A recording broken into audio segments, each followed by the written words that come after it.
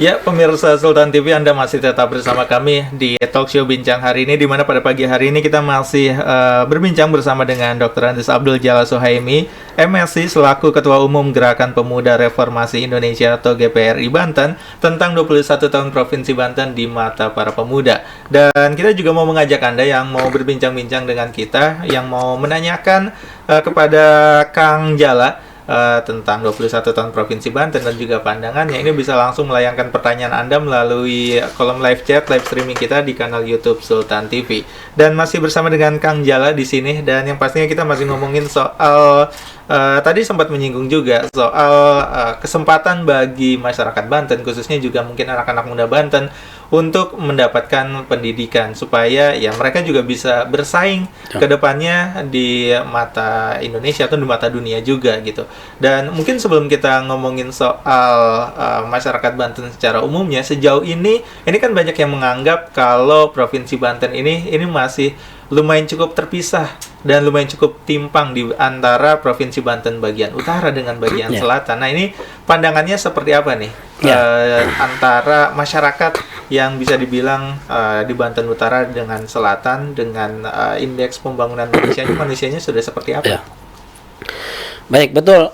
Banten ini memang secara IPM itu ya, indeks pembangunan manusia itu agak tersyok itu karena disumbang, mohon maaf nih, oleh daerah selatan.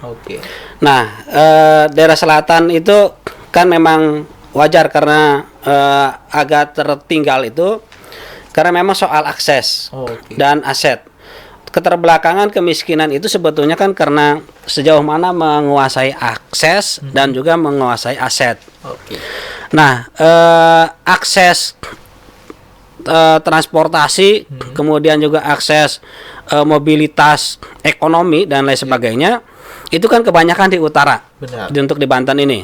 Nah, sementara di wilayah selatan Banten itu kan masih minim untuk perputaran dan mobilitas ekonomi dan lain sebagainya.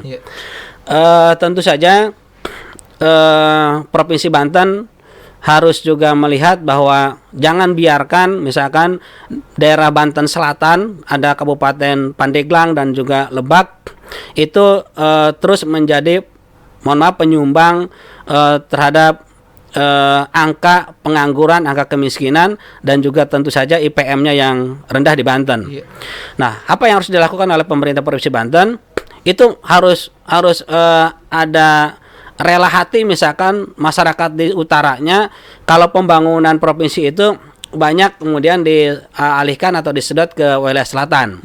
Misalkan apa? Pembangunan untuk aspek pendidikannya, pembangunan SMK, SMA, itu harus coba banyak ke sana juga.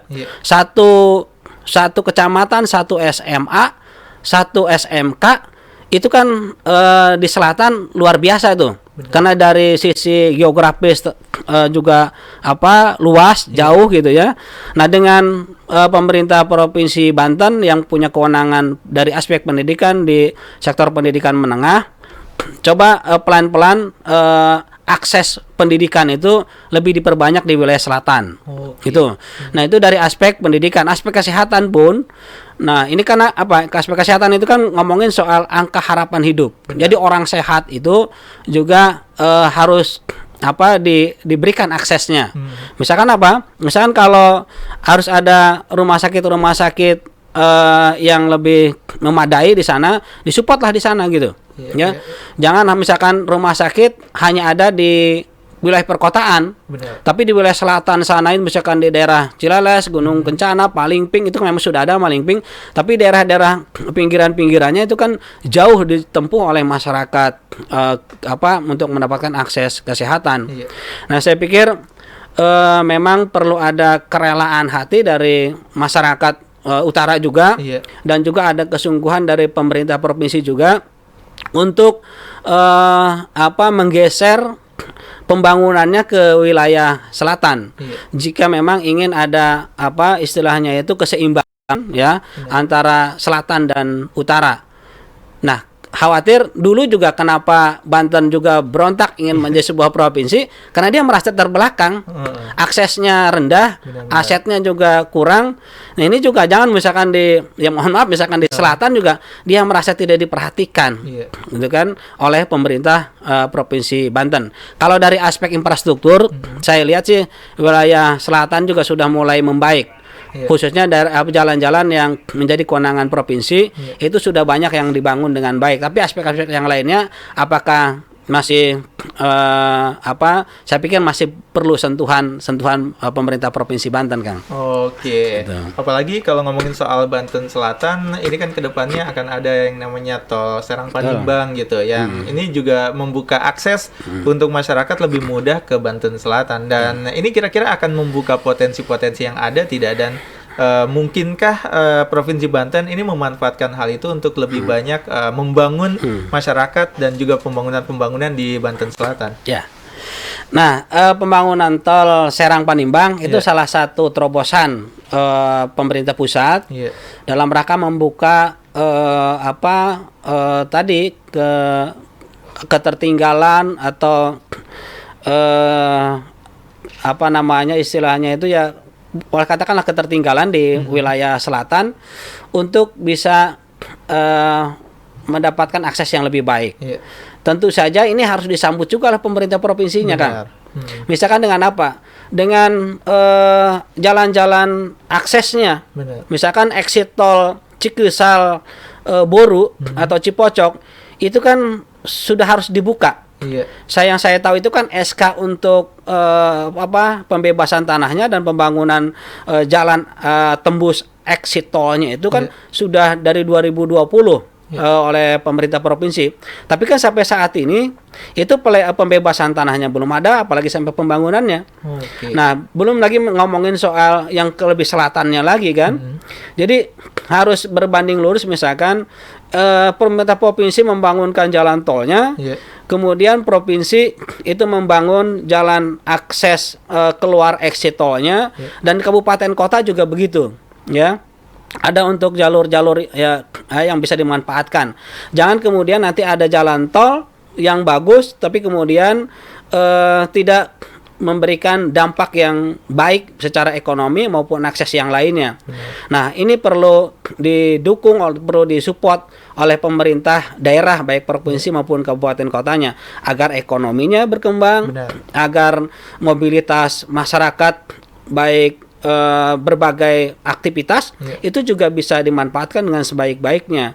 Tentu saja kalau seandainya misalkan pemerintah daerahnya itu tidak kreatif, kabupaten kotanya termasuk juga provinsinya tidak memanfaatkan bahwa akses tol itu adalah menjadi media yang baik untuk meningkatkan kesejahteraan masyarakat, itu tidak akan dilirik. Maka kita ingin ini dibuka gitu, bahwa ini adalah salah satu akses yang bisa dioptimalkan dengan baik oleh pemerintah, baik provinsi maupun juga kabupaten kota. Oke, dan mudah-mudahan juga ini bisa benar-benar dimanfaatkan sama pemerintah provinsi khususnya untuk bisa membangun wilayah-wilayah di Provinsi Banten supaya lebih merata lagi dari segala aspeknya, mulai mungkin dari pendidikan dan juga mungkin untuk lapangan kerjanya juga di sana akan dibuka lebih banyak. Dan kalau ngomongin soal lapangan pekerjaan gitu untuk di Provinsi Banten khususnya untuk masyarakat Banten, ini seperti apa?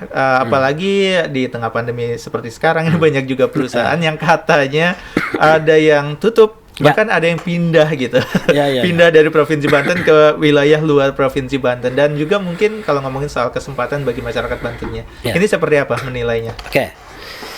Baik, di Banten dalam angka itu memang angka pengangguran di Banten mengalami peningkatan di 2021 ini dan 2020.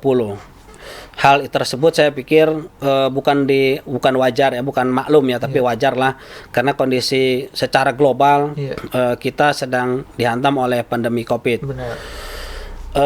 Bukan saja kita industri besar, tapi kemudian UMKM dan segala aktivitas perekonomian masyarakat itu juga mengalami stagnan ya, mengalami problem. Nah, terkait soal tapi kita jangan kemudian harus terpaku dengan kondisi saat ini dan tidak harus bangkit lagi. Iya. Saya pikir satu hal yang harus kita dorong pemerintah daerah itu menggenjot investasi di wilayah Banten itu penting, tapi kemudian memberikan akses bagi masyarakat Banten untuk bisa mendapatkan lapangan pekerjaan itu juga jauh lebih baik. Artinya apa? Kalau ada investasi di Banten, itu mestinya berbanding lurus dengan angkatan kerja di Banten juga. Benar. Nah, tentu saja angkatan kerja itu yang namanya industri, dia akan memilih tenaga kerja yang pertama dia memiliki persyaratan administrasi, gitu kan. Kalau harus lulusan SMA atau SMK, Banten harus menyiapkan itu.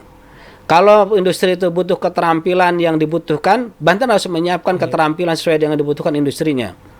Jadi kalaupun mau ada investasi, tanya dulu kebutuhannya ini tenaga kerjanya seperti apa. Dari putra-putri Banten berapa yang harus diserap tenaga kerjanya di industri tersebut. Jangan kemudian hanya sekedar mengejar investasinya, itu kan industri silahkan berdiri di Banten, tapi tidak ada keberpihakan bagaimana misalkan pemuda atau putra-putri Banten itu bisa masuk lapangan pekerjaan di industri tersebut. Nah, tentu saja ini kan selalu kalah saing dengan putra-putri di luar Banten. Benar. Karena putra-putri di luar Banten itu kan dia datang ke Banten, dia kan sudah siap dengan segala halnya. Dia mau bertarung, itu kan orang mau berkompetisi itu kan sudah dia menyiapkan. Dari aspek legalitas, administrasi, dari keterampilan, dan dari etos kerjanya pun mereka sudah siap. Nah, tapi kalau orang Banten, putra-putri Banten itu kan mungkin abai atau dia tidak menyiapkan secara matang misalkan. Kalau ada industri saya siap bekerja di sini, kemudian saya akan bersaing dengan pekerja-pekerja yang lain. Nah, saya pikir tentu saja ini juga harus ada proteksi bagi putra-putri Banten oleh pemerintah. Setiap ada yang investasi di Banten, baik pemerintah kabupaten kota maupun provinsinya, harus didorong sekian persen itu putra-putri Banten. Tentu saja putra-putri Banten yang memiliki persyaratan administrasi yang dibutuhkan, keterampilan dan etos kerja yang baik. Benar. Gitu. Karena apa? Karena industri juga dia kan harus mempertahankan performanya, akan mempertahankan kinerja perusahaannya yang baik.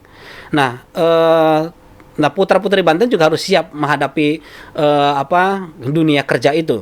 Ya, walaupun tentu kalau SMA, SMK ini kan harus disiapkan join atau matching dengan dunia industrinya. Dorong saja oleh pemerintah provinsi, misalkan kalau yang sudah ada industrinya, berapa persen misalkan industri tersebut dia mau membina masyarakat siswa-siswi yang ada di SMK, yang kemudian setelah dibina secara otomatis dia bisa masuk lapangan kerja di industrinya. Jadi melalui apa itu? Itu bisa melalui CSR-nya sebetulnya. Jadi corporate responsibility-nya itu perusahaan itu kan tidak selalu memberikan uangnya, tapi memberikan pembinaan, investasi, pengembangan sumber daya manusianya. Ini saya butuh ini adalah tenaga las. Yaitu dididik sekian orang yang sesuai dengan kebutuhan industri, 20 orang, 100 orang dididik ke sebuah kursus las. Sampai dia itu bukan sekedar keterampilannya, tapi juga etos kerjanya diberikan, sehingga pada saat dia lulus dan sudah lulus ujian, dia bisa masuk ke perusahaan tersebut.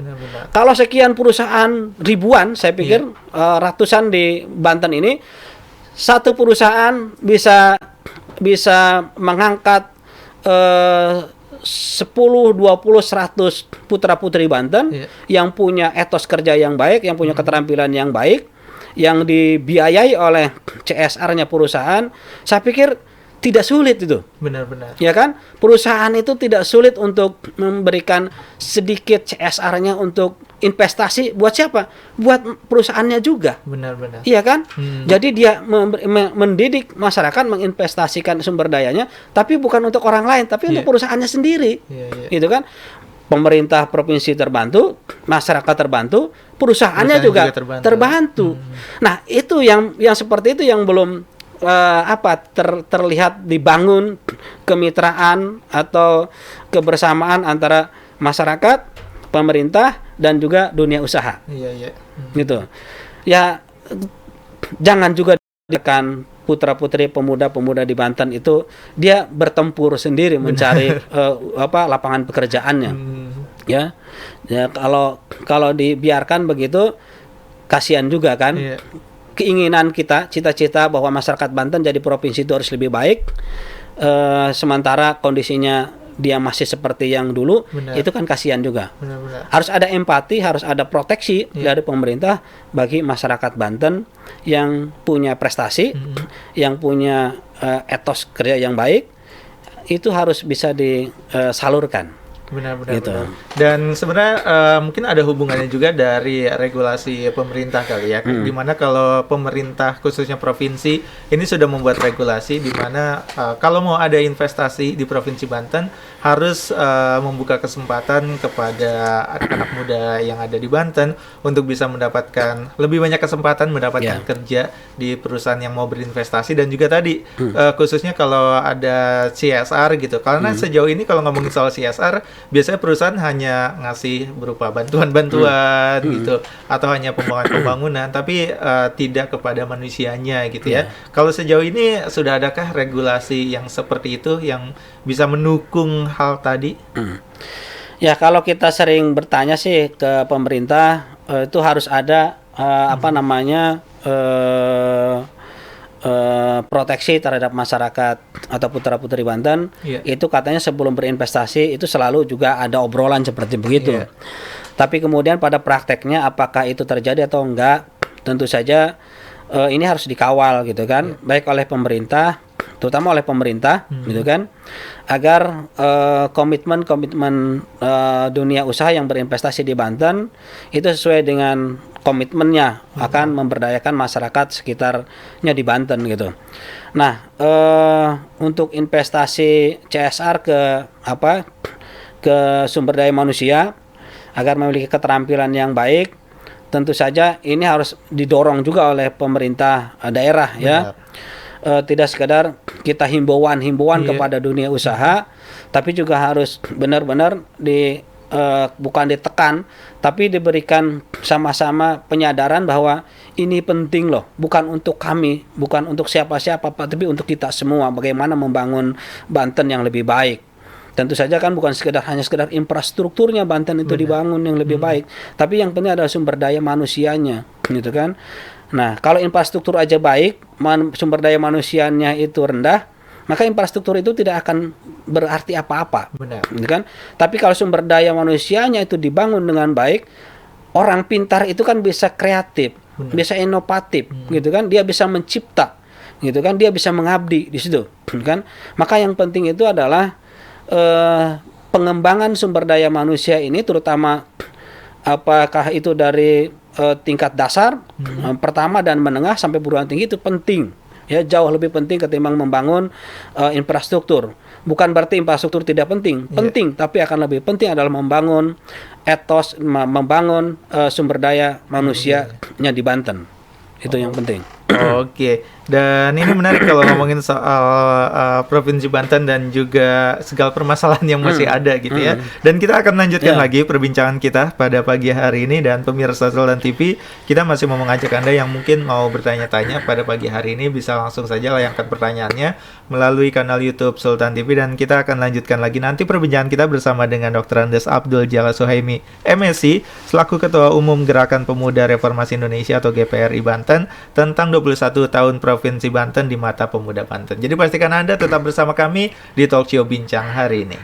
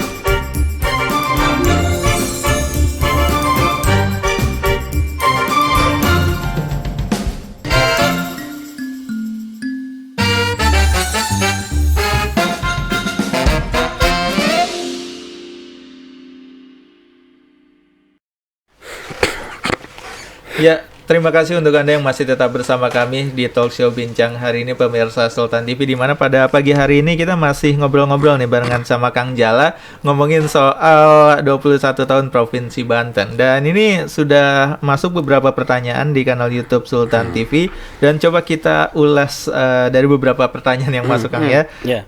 Yang pertama ini ada yang nanyain soal apa ini? Karena pihak terkait hanya memikirkan perkelahian sendiri, pemuda yang potensial malah tidak dipelihara. Nah, sejauh ini mungkin balik lagi kali ngomongin soal kesempatan yang diberikan kepada pemuda. Tadi mungkin juga sempat disinggung, tapi mungkin bisa disampaikan lagi nih. Sejauh ini kesempatan yang diberikan pemuda Provinsi Banten dari pemerintahnya seperti apa? Pemuda, saya katakan di awal, dia harus menjadi pemuda yang kreatif, mandiri, inovatif ya. Jangan menunggu kapan kesempatan diberikan. Tapi kalau itu ada peluang, itu jangan disia-siakan. Benar. Jadi pemuda itu bukan menunggu pemberian, tapi dia harus memberikan sesuatu sebetulnya. Jadi jangan pemuda itu dianggap sesuatu yang tidak berdaya sehingga dia harus dibantu. Justru pemuda itu dia harus berdaya dan bisa membantu apa yang bisa dia lakukan. Nah, saya coba ke teman-teman di GPRI itu, kita harus menjadi pemuda yang tidak ketergantungan, tapi bagaimana menjadi pemuda yang saling bergantungan. Benar. Artinya apa? Pemuda yang saling bergantungan itu pemuda yang bisa bermitra dengan pihak manapun. Benar. Itu kemitraan itu yang harus dibangun. Kemitraan itu bukan menekan satu di atas satu di bawah, tapi sama-sama setara gitu. Nah, ini pemuda juga jangan menunggu kapan peluang pekerjaan itu hadir diberikan oleh pihak lain, tapi kalau bisa ya dia ambil kesempatan di mana datangnya, atau dia ciptakan kesempatan itu untuk menjadi sebuah peluang. Jadi kalau ada misalkan peluang kemudian pemuda-pemuda yang berprestasi dibiarkan, ya kenapa pemuda berprestasi itu dia tidak kreatif? Benar. Mestinya kan dia harus lebih kreatif kan, seperti teman-teman di studio ini kan pemuda-pemuda yang kreatif kan, gitu. Dia menciptakan peluang usaha, kreativitasnya. Nah, ini kan baik gitu kan. Tidak harus menunggu semua itu dari pekerjaan-pekerjaan misalkan jadi PNS atau dia jadi buruh pabrik kan. Banyak peluang-peluang usaha yang bisa diciptakan. Benar. Gitu kan. Yang penting apa? Kuncinya adalah kreativitas. Dan kemauan. Ada kreatif tapi tidak mau, itu sama aja. Sia-sia. Atau ada kemauan tapi tidak kreatif, itu juga sama, tidak menghasilkan apa-apa. Gitu kan? Saya justru apresiasi teman-teman para pemuda juga yang aktivitas di dunia ekonomi kreatif seperti begini, ini luar biasa gitu. Ya, tidak banyak orang yang melirik bahwa ini adalah ekonomi kreatif yang bisa mendatangkan peluang yang lebih baik. Gitu. Jadi memang kalau di awal kita sempat banyak menyinggung soal bagaimana pemerintah memberikan kesempatan kepada pemuda, tapi juga harusnya pemuda Provinsi Banten ini juga memberdayakan diri sendirinya ya. Betul. Dan mungkin pertanyaan selanjutnya ini ada yang menanyakan juga nih, bagaimana dengan pengangguran di Provinsi Banten untuk saat ini? Nah, pengangguran Banten saat ini memang saya sampaikan di awal itu kan ada kenaikan, gitu kan. Tapi juga jangan selalu kita pesimis bahwa orang nganggur itu adalah identik dengan kemiskinan. Terkadang orang nganggur itu nggak mau bekerja atau dia tidak bekerja itu mungkin saja, saya positive thinking aja, dia masih enjoy dengan dunianya, gitu kan. Masih menikmati hidup. Masih menikmati hidup gitu kan. Masih ingin ya berleha-leha gitu kan. Walaupun itu sebetulnya juga nggak baik. Benar. Gitu kan. Pengangguran itu sebetulnya tidak identik dengan kemiskinan. Tapi jangan terus-terusan menganggur. Gitu kan, karena ada tanggung jawab sosial di situ, benar. Ada kebutuhan ekonomi di situ, ya, ada tanggung jawab juga di situ, ya. Pengangguran di Provinsi Banten di masa pandemi ini, semua saya pikir bukan sekedar Banten itu mengalami peningkatan. Tapi kemudian ini bukan berarti persoalan pemerintah provinsi atau kabupaten kota yang gagal. Itu kan karena kita terlalu tendensius kalau menilai bahwa peningkatan kemiskinan, peningkatan pengangguran itu kemudian kita tujukan kepada ini kegagalan pengelolaan pemerintahan di provinsi atau kabupaten kota. Itu terlalu naif kalau kita melihat seperti itu. Kenapa? Karena pengangguran itu bisa terjadi di mana saja dan kapan saja, apalagi di masa pandemi seperti ini. Namun demikian tentu saja pemerintah juga jangan membiarkan terlena bahwa banyaknya nanti pengangguran dan dia tidak punya pendapatan apa-apa, maka ini dampak atau efeknya yang bisa memberikan hal yang tidak baik bagi pembangunan masyarakat di Banten. Bagaimana Banten atau pemerintah Provinsi Banten bisa membangun dengan baik kalau dia selalu diganggu keamanan, kenyamanannya, karena masyarakatnya banyak yang menganggur. Untuk lebih nyaman semuanya, masyarakatnya nyaman, pemerintahnya nyaman dalam membangun, tentu saja harus diminimalisir pengangguran dan kemiskinan itu. Tentu saja pengangguran tidak bisa dihabiskan, gitu kan? Itu akan selalu ada. Termasuk kemiskinannya itu selalu ada, karena dia multidimensi. Dia banyak faktor, ya. Orang menganggur tidak bekerja bisa jadi kan tadi dia enjoy dengan kesendiriannya, gitu kan? Orang miskin, kenapa dia miskin? Itu bukan karena dia tidak punya apa-apa, itu kan? Karena bisa jadi dia dimiskinkan juga, gitu kan? Atau dia sudah menikmati kehidupannya seperti itu, ya. Jadi tentu saja harus dilihat akar persoalannya, kemiskinan itu seperti apa, pengangguran itu kenapa terjadi, gitu kan? Saya pikir itu yang harus memang semua daerah, semua wilayah 2 tahun ini mengalami peningkatan aspek penganggurannya. Maka tapi jangan terlena pemerintah Provinsi Banten, jangan biarkan masyarakat Banten penganggurannya terus meningkat.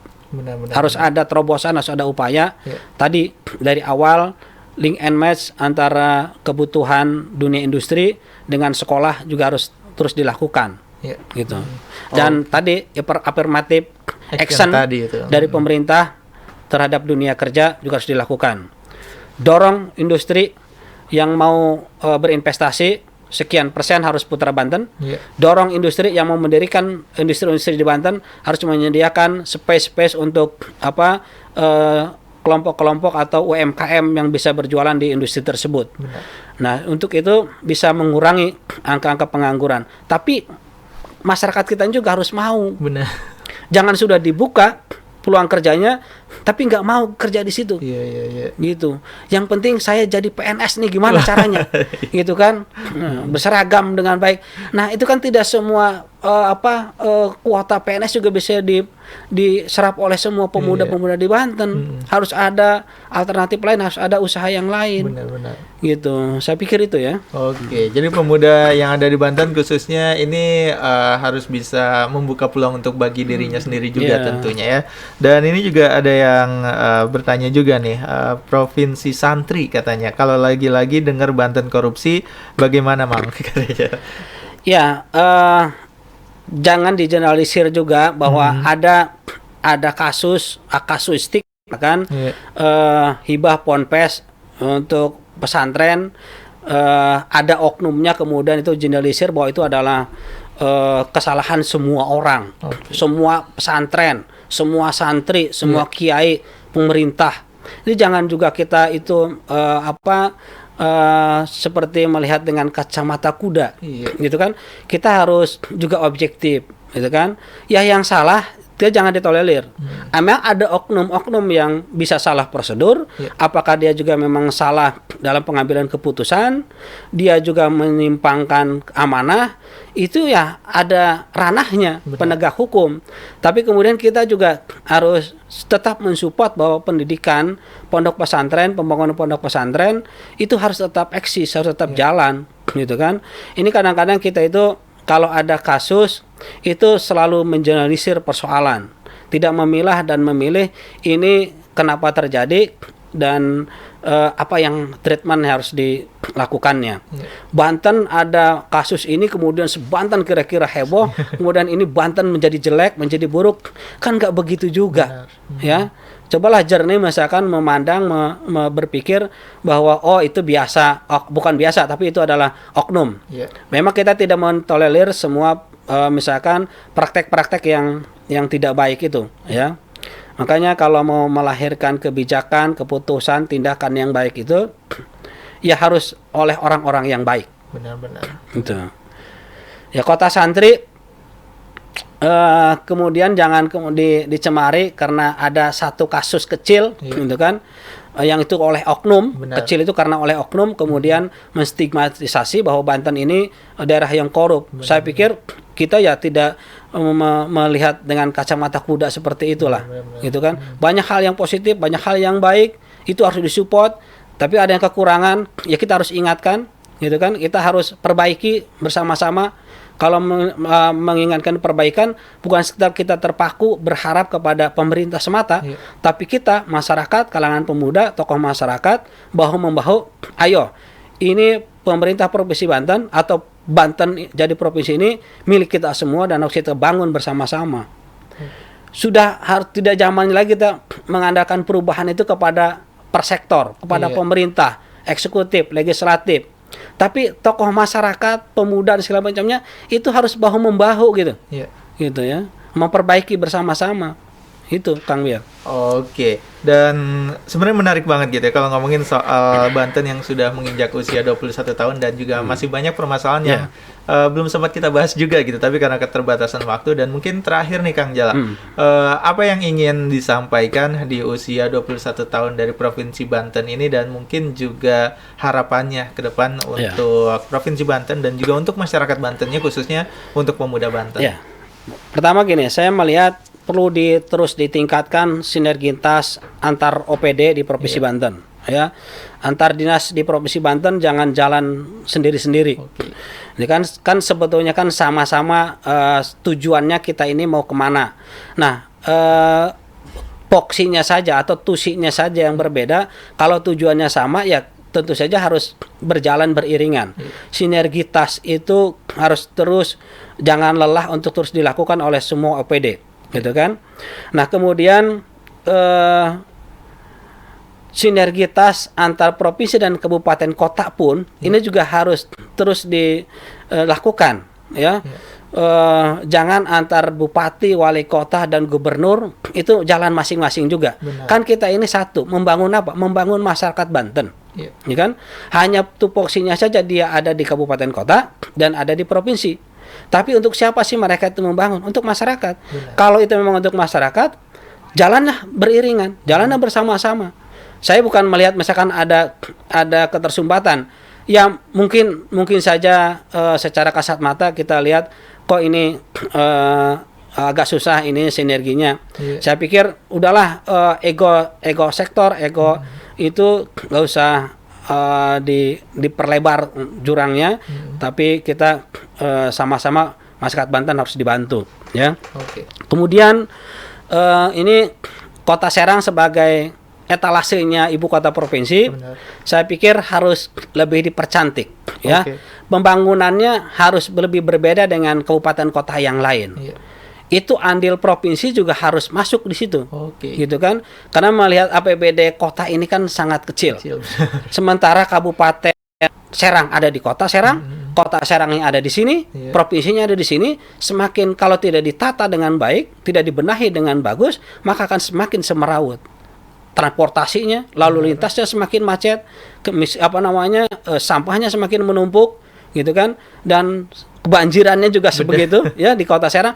Ini kalau nggak cepat ini ditangani, ini akan menjadi persoalan besar di ibu kota provinsi Banten ini, gitu kan. Nah, kemudian sekali lagi orientasi kesehatan itu bukan membangun sebanyak-banyaknya rumah sakit, tapi bagaimana mencegah masyarakat Banten itu sakit supaya biayanya murah, gitu kan. Dengan apa? Ya kurangi pencemaran lingkungan, gitu kan. Berikan masyarakat itu akses ekonomi supaya dia punya asupan gizi yang baik, gitu kan. Itu yang supaya itu tidak terlalu mahal. Kalau sudah masuk rumah sakit itu biayanya mahal, Kang, gitu ya. Dicegah masyarakat Banten masuk rumah sakit dan harus selalu sehat. Kita ingin 21 tahun Banten Provinsi ini on the track di cita-cita pembentukan provinsinya menjadi provinsi yang mandiri, yang maju, berdaya saing, dan masyarakatnya sejahtera. GPRI menitipkan itu sebagai organisasi yang pelaku sejarah, ya, yang melahirkan, yang berkomitmen agar Banten menjadi provinsi lepas dari Jawa Barat. Kalau seandainya sudah jadi provinsi, kemudian kita masih sama dengan sebelum jadi provinsi, tidak berarti apa-apa itu provinsi. Benar. Tapi kami yakin kepada pemerintah Provinsi Banten, eksekutif, legislatif, dan juga para tokoh Banten, mari kita bahu-membahu bersama-sama. Ada harapan, ada keinginan masyarakat Banten agar lebih sejahtera hidupnya setelah Banten menjadi sebuah provinsi. Amin. Mudah-mudahan kedepannya Provinsi Banten jadi lebih baik lagi dan mungkin bisa bersama-sama juga bersama masyarakat untuk bisa lebih berdaya saing juga kedepannya ya. Ya. Oke, terima kasih Kang Jala udah Sama-sama. menyempatkan waktunya buat ngobrol-ngobrol sama kita Sama-sama, pada Kang pagi Bian. hari ini ya. Dan mudah-mudahan kita bisa ada waktu lagi nih buat Siap. ngobrol-ngobrol tentang hal lain dan Siap. mungkin juga masih ngomongin soal Provinsi Banten Baik. ya. Baik. Oke, itu dia pemirsa Sultan TV perbincangan kita pada pagi hari ini dengan Kang Jala, Dr. Andes Abdul Jalal Suhaimi MSI selaku Ketua Umum Gerakan Pemuda Reformasi Indonesia atau GPRI Provinsi Banten tentang 21 tahun Provinsi Banten di mata para pemuda. Mudah-mudahan dari perbincangan kita pada pagi hari ini bisa lebih membuka mata kita semua. Mudah-mudahan Provinsi Banten jadi provinsi yang lebih baik dan masyarakatnya juga bisa berkolaborasi dengan pemerintah untuk membawa provinsi ini menjadi lebih baik juga ke depannya. Dan kita akan berjumpa lagi di talk show Bincang hari ini edisi selanjutnya. Akhir kata saya Bian Oktari undur diri bersama kerabat kerja yang bertugas pada pagi hari ini. Kang Jali juga undur diri. Akhir kata wassalamualaikum warahmatullahi wabarakatuh dan sampai jumpa.